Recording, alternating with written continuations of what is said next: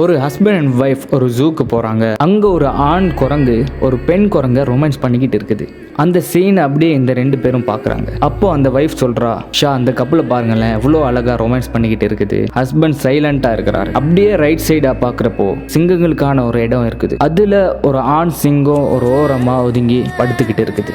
ஒரு பெண் சிங்கம் தனிமையில் நடமாடிக்கிட்டு இருக்குது. இந்த சீனையும் ரெண்டு பேரும் பார்க்குறாங்க. உடனே ஒய்ஃப் சொல்கிறா, இந்த பெண் சிங்கம் பாவம் இல்லை, ஆண் துணை இருந்தும் தனிமையில் இருக்குது.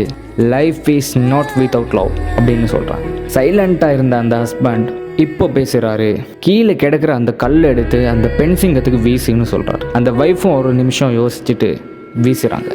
அப்போ ஒரு ஓரமாக படுத்துக்கிட்டு இருந்த அந்த ஆண் சிங்கம் எந்திரிச்சு தன்னோட பெண் துணையை காப்பாற்றுறதுக்காக கர்ஜிக்குது. அந்த கர்ஜனையை கேட்டு அந்த பெண் நடுங்கி நிற்கிறா.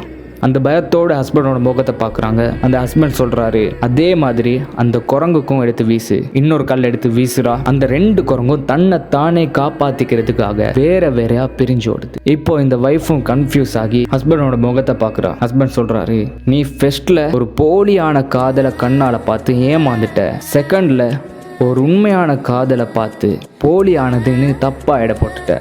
இந்த உலகத்துல குரங்கோட காதல் மண்ணு மாதிரி எப்பவும் எங்கேயும் கிடைக்கும். பட் அந்த சிங்கத்தோட காதல் அங்க மாதிரி தேடினா மட்டும்தான் கிடைக்கும். இந்த ஸ்டோரியில நீங்க லேர்ன் பண்ண சின்ன விஷயத்த சிம்பிளா சொல்லிட்டு போங்க. நன்றி.